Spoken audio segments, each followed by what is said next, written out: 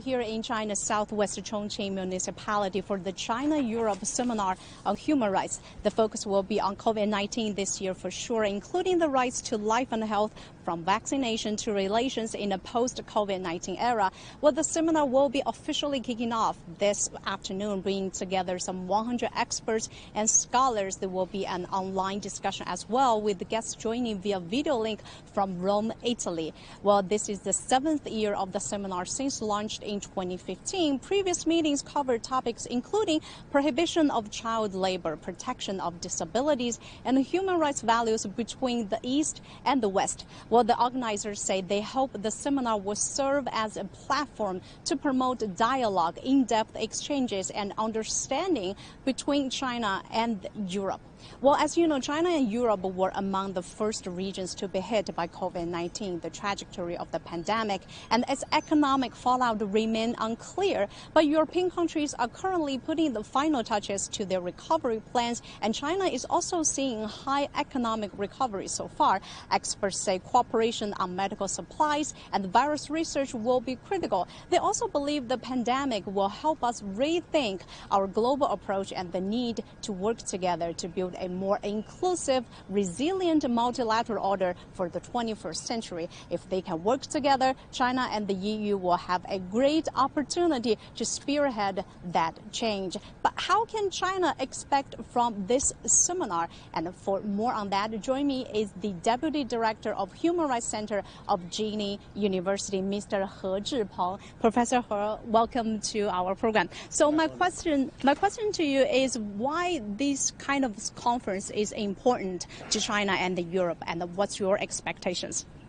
As you just mentioned, the pandemic has existed in the whole world for more than 1 year, and it highly affected our life and work.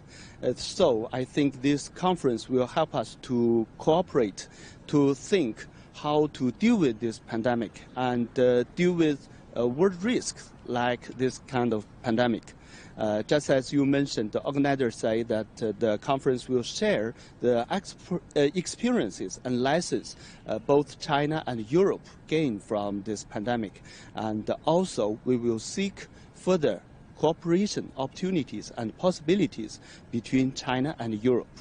I think human rights, as you mentioned, the right of life, right of health are really important in the hierarchy of human rights. And China has experienced 1 year and a half to fight with this pandemic.